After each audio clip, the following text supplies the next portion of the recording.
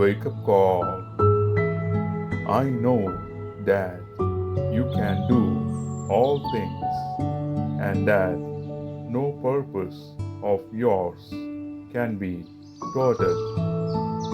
The book of John, chapter 42, verse 2. അങ്ങേക്കെല്ലാം സാധിക്കുമെന്നും അങ്ങയുടെ യാതൊരു ഉദ്ദേശ്യവും തടയാനാവുകയില്ലെന്നും ഞാൻ അറിയുന്നു. ജോബിൻ്റെ പുസ്തകം അധ്യായം 42 വാക്യം 2.